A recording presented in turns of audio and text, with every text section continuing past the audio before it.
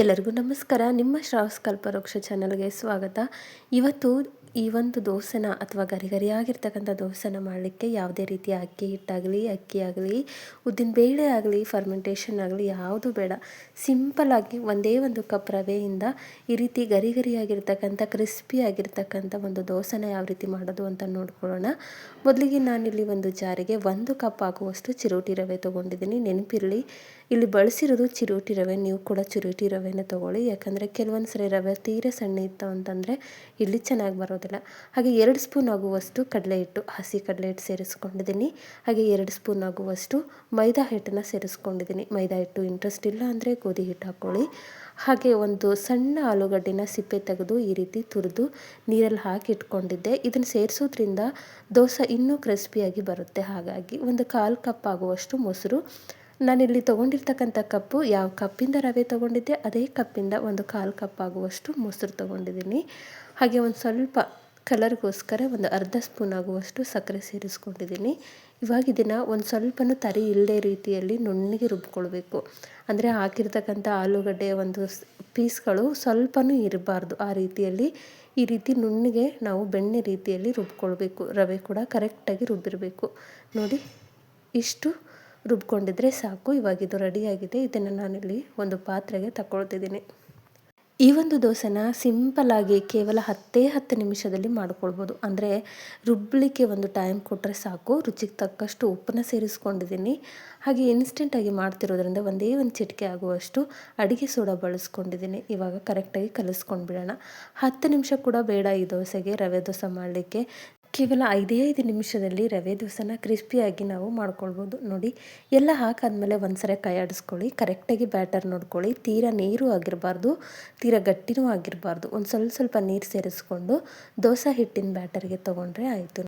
ಇವಾಗ ನೋಡಿ, ನಾನು ಕೂಡ ಸ್ವಲ್ಪ ನೀರು ಸೇರಿಸ್ಕೊಂಡು ದೋಸೆ ಹಿಟ್ಟಿನ ಹದಕ್ಕೆ ತೊಗೊಂಡಿದ್ದೀನಿ. ಈ ಒಂದು ಹದದಲ್ಲಿ ಹಿಟ್ಟು ರೆಡಿಯಾಗಿದ್ದರೆ ಸಾಕು. ನಿಮಗೆ ಟೈಮ್ ಇತ್ತು ಅಂತಂದರೆ ನೆನೆಸಿಡಿ, ಇಲ್ಲ ಅಂದರೆ ಡೈರೆಕ್ಟಾಗಿ ಮಾಡ್ಕೊಳ್ಬೋದು. ನಾನಿಲ್ಲಿ ಒಂದು ಚಟ್ನಿ ಮಾಡ್ಕೊಳ್ಳೋಷ್ಟು ಟೈಮ್ನ ಇದಕ್ಕೆ ರೆಸ್ಟ್ ಮಾಡಲಿಕ್ಕೆ ಬಿಟ್ಟಿದ್ದೆ. ಹಾಗೆ ಈ ಒಂದು ಚಟ್ನಿದು ರೆಸಿಪಿನ ನಾನು ಆಲ್ರೆಡಿ ಅಪ್ಲೋಡ್ ಮಾಡಿದ್ದೀನಿ, ಹಾಗಾಗಿ ಅಪ್ಲೋಡ್ ಮಾಡಿಲ್ಲ. ಈರುಳ್ಳಿ, ಟೊಮೆಟೊ ಬಳಸ್ಕೊಂಡು ಮಾಡಿರ್ತಕ್ಕಂಥ ಒಂದು ಚಟ್ನಿ. ನೀವು ಬೇಕು ಅಂದರೆ ಕಾಯಿ ಚಟ್ನಿ ಕೂಡ ಮಾಡ್ಕೊಳ್ಬೋದು. ಈ ಒಂದು ಚಟ್ನಿ ರೆಸಿಪಿ ನಿಮಗೆ ಇಂಟ್ರೆಸ್ಟ್ ಇತ್ತು ಅಂತಂದರೆ ಒಂದ್ಸರಿ ಚೆಕ್ ಮಾಡ್ಕೊಳ್ಳಿ. ಇದು ಕೂಡ ರೆಡಿಯಾಗಿದೆ. ಹಾಗೆ ಚಟ್ನಿ ಮಾಡೋಷ್ಟು ಟೈಮ್ ಅಂದರೆ ಒಂದು 10 ನಿಮಿಷ ನಾನು ನೆನೆಸಿಟ್ಕೊಂಡಿದ್ದೆ. ಹಿಟ್ಟು ಕೂಡ ರೆಡಿಯಾಗಿದೆ. ನಿಮಗೆ ನೆನೆಸೋಕ್ಕೆ ಟೈಮ್ ಇಲ್ಲ ಅಂತಂದರೆ ಡೈರೆಕ್ಟಾಗಿ ಇನ್ಸ್ಟೆಂಟಾಗಿ ಕೂಡ ಮಾಡ್ಕೊಳ್ಬೋದು, ಪರವಾಗಿಲ್ಲ. ದೋಸೆ ಚೆನ್ನಾಗೇ ಬರುತ್ತೆ. ಬಟ್ ನಾನಿಲ್ಲಿ ಚಟ್ನಿ ಮಾಡೋವರೆಗೂ ನೆನೆಸಿಟ್ಕೊಂಡಿದ್ದೆ. ಇದು ಕೂಡ ಕರೆಕ್ಟಾಗಿ ರೆಡಿಯಾಗಿದೆ. ಈ ಸೈಡಲ್ಲಿ ಗ್ಯಾಸ್ ಮೇಲೆ ಆಲ್ರೆಡಿ ನಾನು ದೋಸೆ ಹಂಚನ್ನು ಕಾಯಲಿಕ್ಕಿಟ್ಟಿದ್ದೆ. ಪ್ರತಿ ಸರಿ ಹೇಳುವಾಗೇ ಮತ್ತೆ ದೋಸೆ ಹಂಚನ್ನು ಕ್ಲೀನಾಗಿ ಕಾಯಿಸ್ಕೊಂಡು ಈ ರೀತಿ ನೀರನ್ನ ಹಾಕಿ ಚಿಮುಕಿಸಿ ಒಂದು ಕಾಟನ್ ಬಟ್ಟೆಯಿಂದ ಕರೆಕ್ಟಾಗಿ ಒರೆಸ್ಕೊಂಡು ದೋಸೆ ಹಂಚನ್ನು ಕ್ಲೀನ್ ಮಾಡ್ಕೊಳ್ಬೇಕು. ಈ ರೀತಿ ಮಾಡೋದ್ರಿಂದ ದೋಸೆ ಲೈನ್ ಆಗಿ ಹಾಗೆ ಒಂದು ಸ್ವಲ್ಪನೂ ಅಂಟದೇ ಇರೋ ರೀತಿಯಲ್ಲಿ ನಮಗೆ ಸ್ಪ್ರೆಡ್ ಮಾಡಲಿಕ್ಕೆ ಅನುಕೂಲ ಆಗುತ್ತೆ. ಹಾಗಾಗಿ ಈ ರೀತಿ ಕ್ಲೀನ್ ಮಾಡಿಕೊಂಡು ನಿಮಗೆ ದೋಸೆ ಸೈಜ್ ಎಷ್ಟು ಬೇಕೋ ಅಷ್ಟು ಹಿಟ್ಟನ್ನು ಹಾಕ್ಕೊಂಡು ಈ ರೀತಿ ಸ್ಪ್ರೆಡ್ ಮಾಡ್ಕೊಳ್ತಾ ಹೋಗಬೇಕಾಗತ್ತೆ. ಆದರೆ ಈ ಟೈಮಲ್ಲಿ ಉರಿನ ನಾವು ಮೀಡಿಯಮ್ ಅಥವಾ ಲೋ ಫ್ಲೇಮಲ್ಲಿ ಇಟ್ಕೊಂಡ್ರೆ ಬೆಟರು. ಅಂದಾಗ ಮಾತ್ರ ದೋಸೆ ಹಂಚಿಗೆ ಒಂದು ಸ್ವಲ್ಪನೂ ಹಿಟ್ಟು ಹಿಡಿದೇ ಇರೋ ರೀತಿಯಲ್ಲಿ ನಮಗೆ ಸ್ಪ್ರೆಡ್ ಮಾಡಲಿಕ್ಕೆ ಅನುಕೂಲ ಆಗುತ್ತೆ. ಹಾಗೆ ಈ ರೀತಿ ಹಾಕಾದ್ಮೇಲೆ ಕೂಡ ನಿಮ್ಮದು ದೋಸೆ ತವ ಸ್ವಲ್ಪ ಸಣ್ಣದಿತ್ತು ಅಂದರೆ ಪರವಾಗಿಲ್ಲ, ಸ್ವಲ್ಪ ದೊಡ್ಡದಿತ್ತು ಅಂತಂದರೆ ಎಡ್ಜಸ್ಸಲ್ಲಿ ಬೇಯಿಸ್ಕೊಳ್ಬೇಕಾಗತ್ತೆ ಹಂಚನ್ನ. ಇವಾಗ ಒಂದು ಸ್ವಲ್ಪ ಮೇಲ್ಗಡೆ ನಾನು ಎಣ್ಣೆ ಹಾಕ್ಕೊಂಡು ಬೇಯಿಸ್ಕೊಳ್ತಿದ್ದೀನಿ. ಈ ದೋಸೆನ 2 ರೀತಿಯಲ್ಲಿ ಮಾಡ್ಕೊಳ್ಬೋದು. ಅಂದರೆ ಸಾಫ್ಟಾಗಿ ಕೂಡ ಮಾಡ್ಕೊಳ್ಬೋದು, ಇಲ್ಲ ಅಂದರೆ ಕ್ರಿಸ್ಪಿಯಾಗಿ ಕೂಡ ನಾವು ಮಾಡ್ಕೊಳ್ಬೋದು. ನಿಮ್ಮ ಇಷ್ಟ, ಯಾವ್ಯಾವ ರೀತಿ ಬೇಕೋ ಆ ರೀತಿಯಲ್ಲಿ ಮಾಡ್ಕೊಳ್ಳಿ.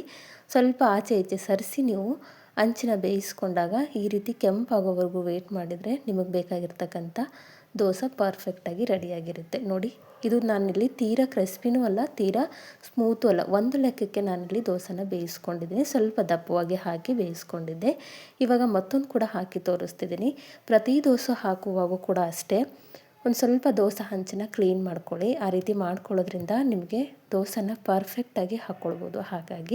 ಹಾಗೆ ಹಾಕಾದ್ಮೇಲೆ ಈ ರೀತಿ ನಾವು ಒಂದು ಸ್ವಲ್ಪ ಅಂಚುಗಳನ್ನು ಸರಿಸಿ ಬೇಯಿಸ್ಕೊಳ್ಳೋದು ಉತ್ತಮ. ಅಂದಾಗ ಮಾತ್ರ ಕರೆಕ್ಟಾಗಿ ಎಡ್ಜಸ್ ಎಲ್ಲ ಬೆಂದ್ಕೊಂಡಿರುತ್ತೆ. ಹಾಗೆ ಮೇಲ್ಗಡೆಯಿಂದ ಬೇಕು ಅಂದರೆ ಎಣ್ಣೆ ಅಥವಾ ತುಪ್ಪ ಹಾಕ್ಕೊಂಡು ನೀವು ಕೆಂಪಾಗೋವರೆಗೂ ವೇಟ್ ಮಾಡಿಕೊಂಡ್ರೆ ಗರಿಗರಿಯಾಗಿರ್ತಕ್ಕಂಥ ದೋಸೆ ರೆಡಿಯಾಗಿರುತ್ತೆ. ನಾನು ಮೊದಲನೇ ದೋಸೆನ ಒಂದು ಸ್ವಲ್ಪ ಸ್ಮೂತಾಗಿ ಮಾಡ್ಕೊಂಡಿದ್ದೆ. ಇದನ್ನು ಒಂದು ಸ್ವಲ್ಪ ಕ್ರಿಸ್ಪಿಯಾಗಿ ಮಾಡ್ಕೊಂಡಿದ್ದೀನಿ.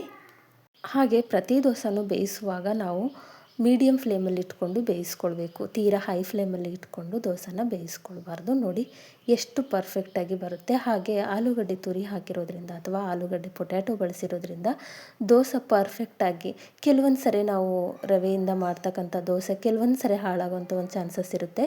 ಬಟ್ ಪೊಟ್ಯಾಟೊ ಬಳಸೋದ್ರಿಂದ ದೋಸೆ ಒಂದು ಸ್ವಲ್ಪನೂ ಎಲ್ಲೂ ಕೂಡ ಅಂಟದೇ ಇರೋ ರೀತಿಯಲ್ಲಿ, ಹಾಗೆ ಕ್ರಿಸ್ಪಿಯಾಗಿ ಲಾಂಗ್ ಲಾಸ್ಟಿಂಗ್ವರೆಗೂ ಕ್ರಿಸ್ಪಿಯಾಗೇ ಇರುತ್ತೆ. ಒಂದ್ಸರಿ ಟ್ರೈ ಮಾಡಿ. ಐ ಹೋಪ್ ಇವತ್ತು ನಾನು ಮಾಡಿರ್ತಕ್ಕಂಥ ದೋಸೆ ರೆಸಿಪಿ ಅಂದರೆ ರವೆ ದೋಸೆ ರೆಸಿಪಿ ನಿಮಗೆ ಭಾಳ ಇಷ್ಟ ಆಗದ ಅಂದ್ಕೊಳ್ತೀನಿ. ಇಷ್ಟ ಆಗಿದ್ದರೆ ದಯವಿಟ್ಟು ನನ್ನ ಚಾನಲ್ನ ಸಬ್ಸ್ಕ್ರೈಬ್ ಮಾಡ್ಕೊಳ್ಳಿ. ಹಾಗೆ ಈ ಹಿಂದೆ ಕೂಡ ಹಲವಾರು ರೀತಿಯ ಇನ್ಸ್ಟೆಂಟ್ ರೆಸಿಪಿ, ಬ್ರೇಕ್ಫಾಸ್ಟ್ ರೆಸಿಪಿಗಳನ್ನು ನನ್ನ ಚಾನಲ್ನಲ್ಲಿ ಅಪ್ಲೋಡ್ ಮಾಡಿದ್ದೀನಿ. ಇಂಟ್ರೆಸ್ಟ್ ಇದ್ದರೆ ಒಂದ್ಸರಿ ಚೆಕ್ ಮಾಡ್ಕೊಳ್ಳಿ. ಹಾಗೆ ಈ ಒಂದು ರೆಸಿಪಿನ ನಿಮ್ಮ ಫ್ರೆಂಡ್ಸ್ ಆ್ಯಂಡ್ ಫ್ಯಾಮಿಲಿಗೆ ಶೇರ್ ಮಾಡಿ. ನಾಳೆ ಮತ್ತೊಂದು ಹೊಸ ರೆಸಿಪಿಯೊಂದಿಗೆ ಸಿಗೋಣ. ಧನ್ಯವಾದ.